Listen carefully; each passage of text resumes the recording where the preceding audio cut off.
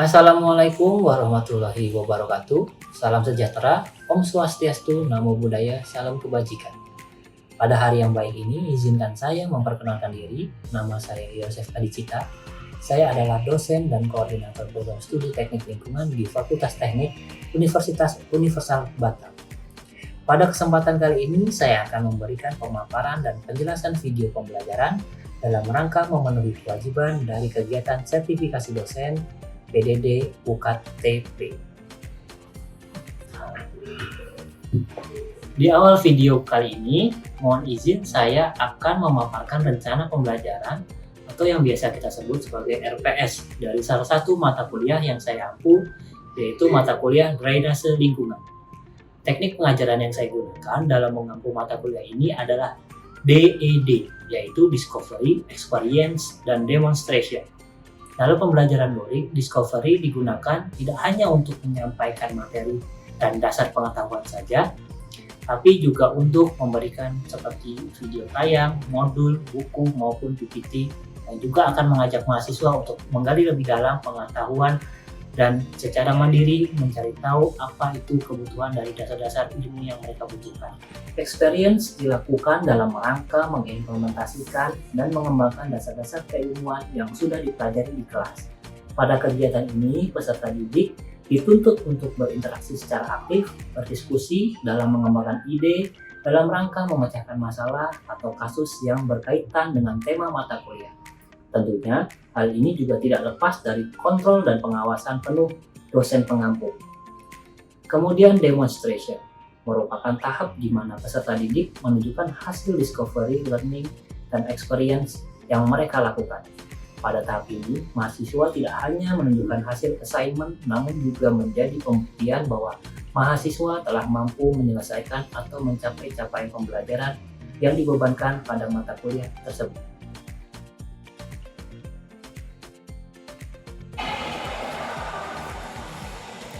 Mata kuliah Drainase Lingkungan dengan kode mata kuliah EE602 memiliki bobot sebesar 3 SKS. Mata kuliah ini merupakan mata kuliah wajib yang diperuntukkan bagi mahasiswa semester genap Prodi Teknik Lingkungan. Mata kuliah Drainase Lingkungan membahas seputar konsep drainase, hidrologi, periode dan volume air hujan, serta hidrolika dan desain saluran drainase baik atas maupun bawah permukaan. Selain itu, mata kuliah ini juga membahas dan menganalisa perancangan drainase khusus seperti drainase jalanan, drainase lapangan olahraga, drainase landasan pacu, dan polder. Capaian dari mata kuliah ini diharapkan mahasiswa mampu memahami konsep drainase, konsep hidrologi, periode, volume limpasan air hujan, dan hidrolika. Selain itu, mahasiswa diharapkan juga mampu melakukan pemecahan masalah drainase lingkungan dalam bentuk mendesain suatu sistem drainase yang konvensional serta pengelolaan air hujan pada bangunan umum dan khusus. Bahan kajian atau materi pembelajaran dari mata kuliah drainase lingkungan ini meliputi pengertian dan konsep drainase, hidrologi, periode dan volume air hujan, sistem drainase, rencana induk drainase, hidrolika dan desain saluran drainase, pengertian konsep drainase, kemudian drainase permukaan dan bawah permukaan, pengertian dan konsep analisa perancangan drainase, jenis, letak, dan desain bangunan drainase, perancangan drainase khusus berupa studi kasus dari drainase kesehatan, drainase jalan, drainase lapangan olahraga, drainase landas pacu, dan sistem polder.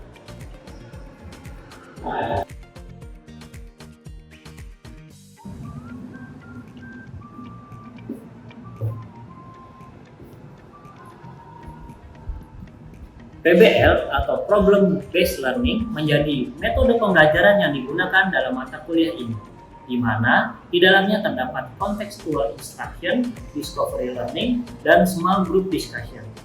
Untuk metode yang diterapkan pada pembelajaran daring, saya menggunakan listen activity pada LMS atau e-learning UFAS, yang terdiri dari beberapa activity seperti video pemaparan materi, diskusi, dan assessment. Hal ini saya lakukan agar problem based learning bisa terlaksana secara virtual dan beban SKS perkuliahan bisa terdistribusi seperti layaknya pada perkuliahan luring.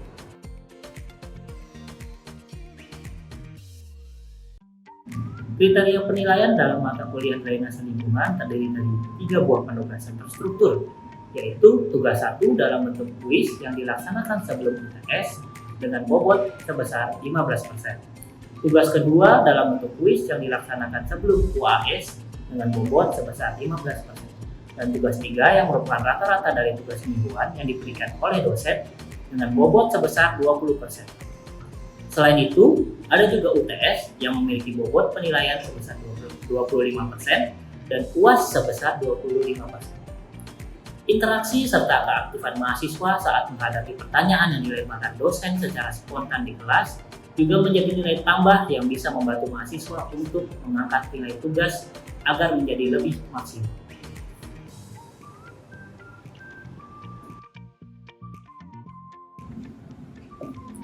Oh iya, berikut ini adalah referensi utama yang saya gunakan sebagai bahan pengajaran saya.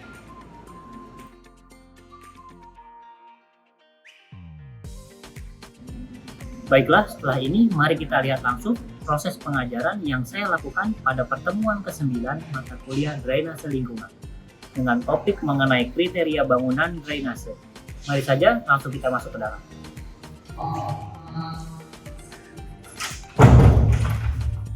Halo, selamat siang semuanya. Siang. Bagaimana kabar kalian? Alhamdulillah. Kesehatan ya, lebih sering hujan. Oke. Salam Yufas. Salam dunia satu keluarga. Aduh, kok lama sekali kayaknya siang hari ini. Kita ulangi ya. Salam Yufas. Salam dunia satu keluarga. Oke, sebelum memulai perkuliahan ada baiknya kita mengawali perkuliahan ini dengan doa dulu ya. Berdoa menurut kepercayaan masing-masing. Saya persilakan.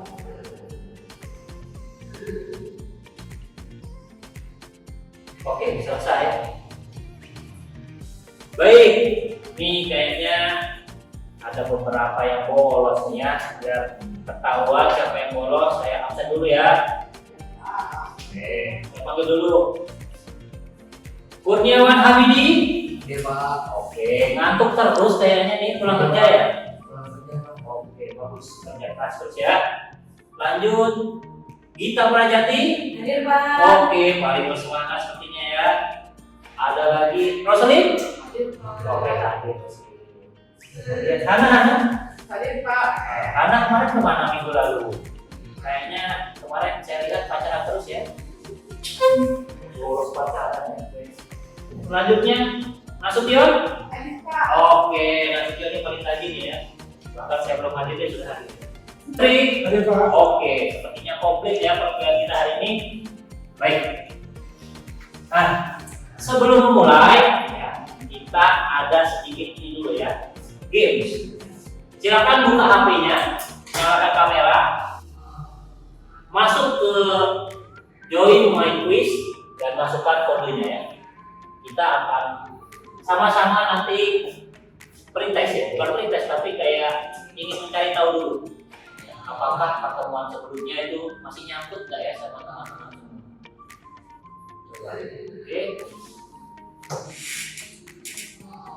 kita lihat sampai ada yang join gitu. Wah, bisa Pak, saya Pak. Oke, tidak apa-apa, nanti pinjam HP temannya saja ya. Terima kasih Pak. Oke, baik. Oke, sepertinya semua sudah join, sudah ada 40-an mahasiswa ya. Saya akan mulai. Coba cek handphonenya masing-masing, apakah tampilannya sama? Sama, oke ya.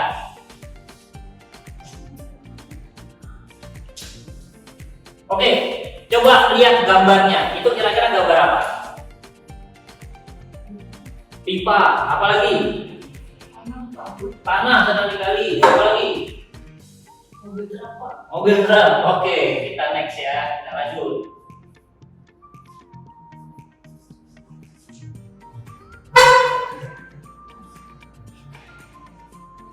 Nah, menurut kalian seperti apakah kriteria bangunan drainase yang baik? Coba tuliskan jawaban kalian di handphone kalian. Nanti keluar jawabannya itu.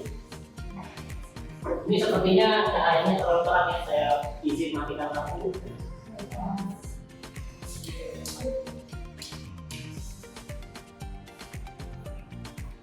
Oke, air mengalir, bagus. Saluran penampung, oke. Kriteria yang baik, ada saluran penampung, airnya mengalir. Ada saluran penampung, oke.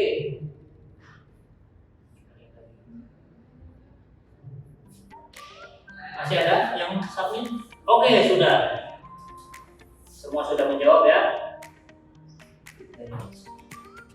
Kita ada juga di Pak yang menjawab aliran air lancar. Oke, next. Selanjutnya ada pertanyaan lagi. Ada gambarnya juga. Silakan langsung diketik jawabannya. Menurut kalian, apakah yang salah dari gambar yang saya kasih di blackboard kalian?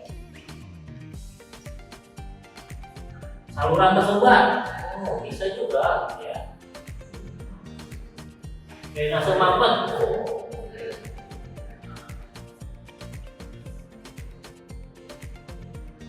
Satu lagi.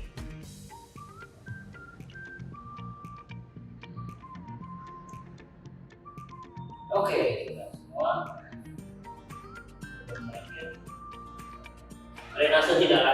Drainase tidak lancar ya. Oke. Jawaban teman-teman saya tampung dulu ya dari dua pertanyaan tadi. Kenapa sih Pak? Ya, kita harus ada pretestnya segala. Karena ada kaitannya dengan tema kita hari ini. Hari ini di pertemuan ke-9 saya akan membahas mengenai kriteria bangunan drainase. Tadi kan teman-teman sudah lihat ya, ada banjir, ada drainase digali.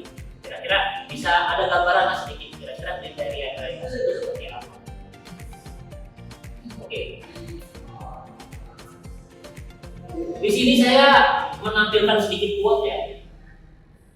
Sebenarnya kelebihan air adalah sebenarnya berkah yang harus dimanfaatkan. Kita sebagai manusia itu punya kelebihan mengontrol, bukan seperti avatar of Aang, tapi kita punya keahlian untuk merekayasa dari kelebihan air yang kita terima, sehingga muncullah yang namanya sistem drainase berwawasan lingkungan. Jadi air-air yang melimpah itu tidak semata-mata kita buang saja, tapi kita bisa tampung atau kita manfaatkan atau kita alirkan ke tempat yang lebih membutuhkan. Gitu ya. Untuk kriterianya, yang pertama kriteria hidrolika bangunan drainase. Agar bisa berfungsi dengan baik, maka bangunan drainase harus sesuai dengan kriteria hidrolika. Apa saja itu? Ada 5 kriteria hidrolika. Yang pertama, mampu mengatur arah aliran. Ya, kalau di sungai kan aliran bebas ya, bebas dia bisa kemana saja larinya. Tapi dengan rekayasa drainase kita harus mampu mengatur arah alirannya supaya meminimalisir dari dampak. Ya. Selanjutnya mengalirkan debit aliran. Bukan drainase namanya kalau dia tidak bisa mengalirkan suatu aliran. Ya. Selanjutnya mengendalikan kecepatan aliran. Yang keempat, meningkatkan kapasitas simpanan air. Dan yang kelima, mampu mengendalikan elevasi permukaan air. Jadi harus diingat-ingat, ada berapa kriteria bangunan drainase? Oke, untuk hidrolika ada 5 ya. Ingat. Kita lanjut. Yang pertama, mengatur arah aliran ya. Kalau kita ada di kawasan terbuka yang belum ada drainasenya, biasanya aliran air mengalir dari tempat tinggi ke tempat ya. Oke, kita semua. Karena kita tahu prinsip tersebut, maka kita harus tahu kemana arahnya. Kita harus tahu kemana arahnya. Di sini saya tampilkan peta rupa bumi Indonesia ya, di salah satu daerahnya ya. Nah, ini peta-peta bergaris ini namanya peta topografi. Topografi digunakan dalam rancang drainase karena mampu menampilkan layer berdasarkan ketinggian. Layer permukaan bumi berdasarkan ketinggian. Jadi kita bisa tahu dari tempat yang tinggi dia akan mengalir ke tempat yang rendah. Nah, yang tengah-tengah ini sungai. Kenapa di sini bisa jadi sungai? Karena dia diapit oleh posisi yang lebih tinggi. Nah, di sini ada bukit, di sini bukit, di sini juga bukit. Makanya aliran air jika ada hujan dia akan sini ya, sehingga dia membentuk aliran sungai. Ini kan tidak terarah, makanya di pelajaran kita kali ini kita harus tahu bagaimana cara mengatur arah alirannya. Supaya apa? Air yang mengalir ini punya dampak membawa material dan bisa menyebabkan erosi. Salah satu fungsi bangunan drainase juga tadi yang bilang harus kuat, karena dia juga harus punya kemampuan untuk menahan erosi atau material yang dibawa oleh air. Yang kedua, mengalirkan debit aliran. Nah, jumlah kapasitas air yang mengalir dalam satu satuan waktu harus bisa dikontrol. Kalau alirannya tidak bisa dikontrol, nanti bisa ada yang namanya banjir bandang, tiba-tiba banjir. Padahal sungainya penduduknya surut, tiba-tiba banjir. Bisa juga yang tadinya tiba-tiba sungainya penuh, mendadak kering. Karena apa? Karena tidak ada yang mengatur, tidak ada yang mengontrol. Nah, supaya bisa dikontrol, di sini ada contoh gambar untuk bangunan yang mampu mengontrol aliran dari air. Di sini karena sungainya besar ya jadinya bangunannya besar. Nah, kalau di desa-desa biasanya ada pintu air yang bisa dibuka tuh buat irigasi ya. Nah itu juga bisa mengatur debit aliran air. Saya next lagi. Mengendalikan kecepatan aliran. Nah, ada yang butuh aliran yang smooth, alirannya santai, mengalir flow ya. Seperti apa? Air-air di kolam gitu ya, tenang. Ada yang butuh aliran yang deras. Kalau kalian mandi gitu ya, itu kan butuh aliran deras yang kayak shower ya. Itu butuh aliran deras. Jadi ada beberapa yang butuh aliran kuat, ada yang butuh aliran deras. Nah, bagaimana cara mengendalikannya? Di sini juga ada bangunan yang memang dirancang untuk mempercepat pergerakan air, ada juga yang untuk memperlambat. Di sini contohnya seperti terap tangga. Aliran yang tadinya deras, kemudian dia masuk, dan setiap terap tangga ini dia memiliki cekungan. Dia akan meredam kecepatan dari aliran air, sehingga begitu dia sampai ke aliran paling bawah itu alirannya sudah steady, stabil, dan lebih tenang. Lanjut lagi. Yang keempat, meningkatkan kapasitas simpanan air. Jadi bangunan drainase punya kriteria yang unik. Biasanya orang pengen cepat-cepat airnya itu dibuang biar tidak menumpuk, biar tidak banjir. Nah, tapi di sini dikatakan dia harus mampu meningkatkan kapasitas simpanan air.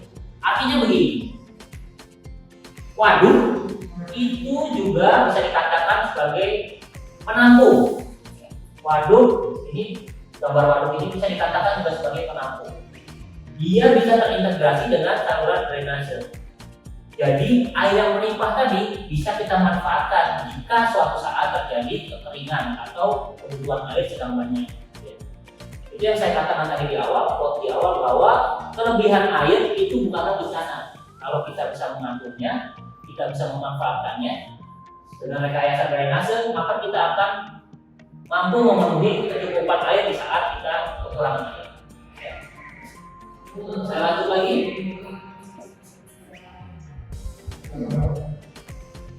Yang kelima adalah mampu mengendalikan elevasi permukaan air. Ya. Tadi ada contohnya adalah pintu air. Jika pintu air itu lupa ditutup, air yang meluap karena aliran debitnya terlalu banyak, maka yang terjadi dia akan mengalami runoff, keluar dari tampungannya, melimpah ya, sehingga menyebabkan banjir.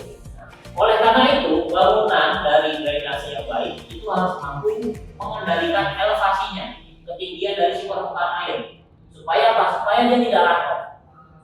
Kebanyakan sekarang dengan dibantu teknologi modern, mereka sudah otomatis ya. Ada level meternya. Kalau sudah mendekati angka bahaya, ya sudah ada alarmnya dan otomatis tertutup. Tapi kalau yang masih manual itu harus dipantau terus 24 jam atau setiap jam. Kapan harus dibuka, kapan harus dibuka. Oke, sampai sini sebelum saya lanjut ada pertanyaan? Oh tidak ya, ini mahasiswanya super semua ya. Jadi sudah langsung masuk ya. Kita langsung masuk ke contoh nih. Ini adalah salah satu contoh sistem sistem yang mampu mengendalikan level permukaan air. Jadi kalau misalkan airnya terasa sudah mulai penuh ya, ini saluran ini kalau dia sudah mulai penuh, dia akan keluar airnya, keluar dari pipa. Jadi dia nggak akan penuh salurannya, dan tidak akan terjadi runoff. Ini adalah salah satu contoh sistem yang mampu mengendalikan permukaan air. Selanjutnya, kemarin kita pernah belajar ya di pertemuan sebelumnya mengenai pola-pola gelombang air ya. Ada apa saja? Ada yang ingat?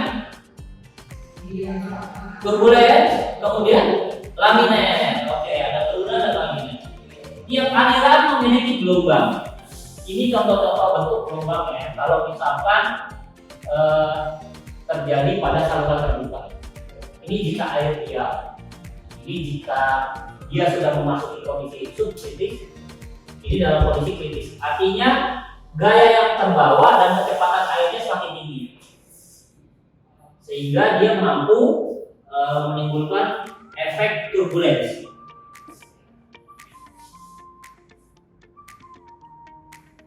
Oke, apa itu aliran subkritis, superkritis, dan kritis? Ya, aliran disebut kritis jika kecepatan aliran adalah sama dengan kecepatan gelombang gravitasi. Sebuah gelombang gravitasi bisa dihasilkan dengan sebuah perubahan kedalaman, dan aliran tersebut akan menjadi subkritis jika kecepatan aliran kurang dari kecepatan kritis, dan aliran disebut superkritis jika kecepatan aliran lebih besar dari kecepatan kritis. Gimana? Sudah pusing belum? Pusing. Oke, tenang saja, tidak perlu dihafal karena nanti sudah ada rumus pastinya ya, dengan mengukur F dari gaya untuk mengetahui apakah dia kritis, subkritis, dan superkritis. Jika F-nya adalah kurang dari 1, maka aliran nanti akan dikatakan subkritis. Jika sama dengan 1, maka aliran dikatakan kritis. Jika lebih dari 1, maka aliran superkritis. Ya, kira-kira seperti itu. Apa hubungannya Pak dengan kriteria bangunan drainase? Tadi ada yang bilang ya jawabannya bahwa harus kuat. Aliran itu membawa gaya. Di gambar tadi ya. Membawa gaya. Gaya ini bisa menimbulkan efek kerusakan, baik terhadap permukaan tanah maupun pada bangunan drainasenya itu sendiri. Makanya kita harus mengetahui jenis alirannya, apakah dia subkritis, superkritis, atau kritis. Pada aliran laminar ada nggak Pak kritis subkritis? Ada. Tergantung dari tingkat kedalamannya. Ya, semakin dalam kita tahu hukum hidrostatik, semakin dalam maka tekanannya semakin kuat ya, semakin besar ya. Oke. Ada pertanyaan sampai sini? Tidak ada. Oke, mantap sekali. Kita slogan semangat dulu ya biar nggak ngantuk ya. Salam Yufus. Salam keluarga. Oke, masih semangat ya. Oke, karena tidak ada yang bertanya, maka kita akan berdiskusi ya. Mari kita buat kelompok. Kelompoknya ini ada 3 ya. Ini bertiga. Siapa tahu kelompok pertama sebelah saya, kelompok kedua sebelah saya. Silakan. Oke. Oke. Boleh dibalik kursinya, boleh dibalik.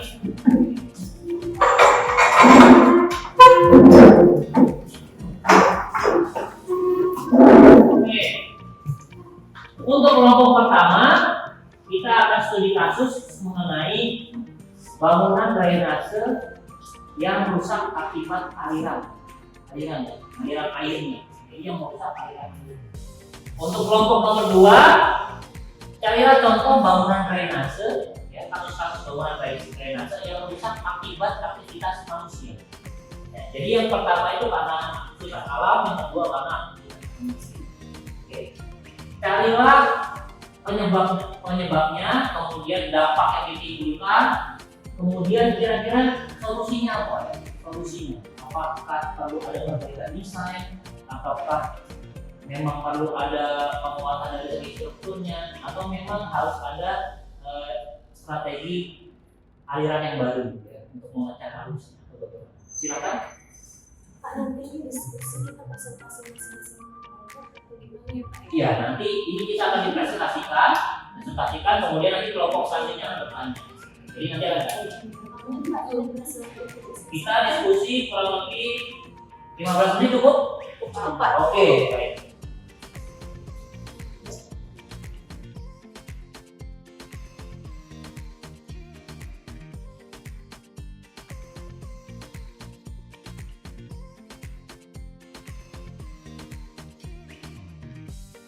Oke, untuk tim pertama apakah sudah siap? Siapa? Tim kedua siap? Siapa? Oke, tim pertama silakan presentasikan hasil diskusinya kepada kelompok tim kedua. Berdiri, Pak. Duduk aja ya. Dulu aja. Pembahasan kami tadi mengenai bangunan drenase akibat aliran air dari aktivitas alam. Nah, di sini kami diskusi mengenai penyebabnya itu adalah karena sampah dan lokasi dari drenasenya yang kurang tepat. Baik. Kira-kira dari tim ada tambahan? Kalau untuk dampak yang ditimbulkan itu adalah kemungkinan dan banyak. Kemudian untuk solusinya nanti kami menawarkan dua solusi, yaitu yang pertama itu adalah berdasarkan desain dari drainase itu sendiri, dan kemudian itu pemilihan air yang tepat untuk dilokasi dan transportasi tadi. Oke, baik. Tepuk tangan untuk tim pertama. Oke, selanjutnya dari tim kedua adakah pertanyaan untuk tim pertama? Tidak ada, bagus semua ya. Oke, baik, lanjut ke tim kedua. Silakan paparkan hasil diskusinya.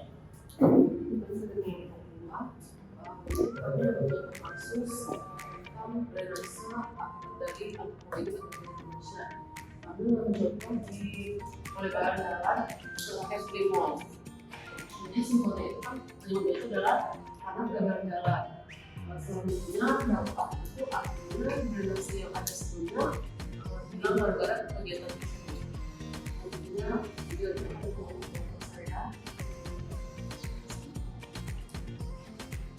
untuk solusi yang kami di sini itu menggunakan making pipe agar pihak konstruksi itu yang membongkar jalan itu tahu di mana posisi drenase agar tidak bisa drenase mempunyai air di situ.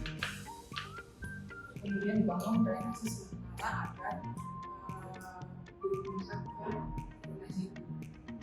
Jadi ada yang mengalirkan area sementara ini selesai. Ada lagi tambahan dari tim? Tidak ada. Dari tim pertama? Itu dampaknya dari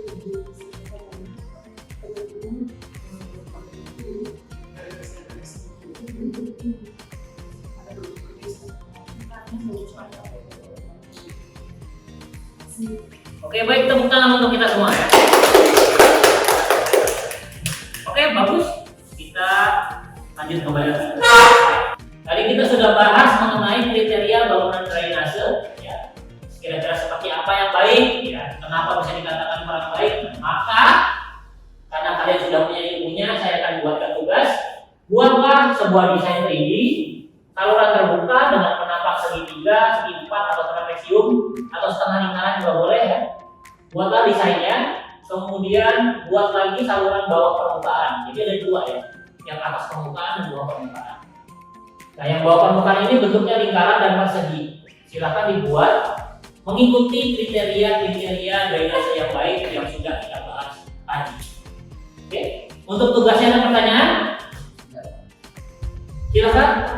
Berapa Pak maksimal Dikumpulkan maksimal minggu depan ya. Ada lagi? Oke, jika tidak ada, maka perkuliahan saya rasa cukup. Terima kasih untuk perhatiannya dan saya ucapkan terima kasih. Oke, ada yang belum absen? Sudah semua? Oke, sudah semua. Oke, baik, terima kasih ya. Sampai jumpa minggu depan. Terima kasih Pak. Terima kasih, Pak.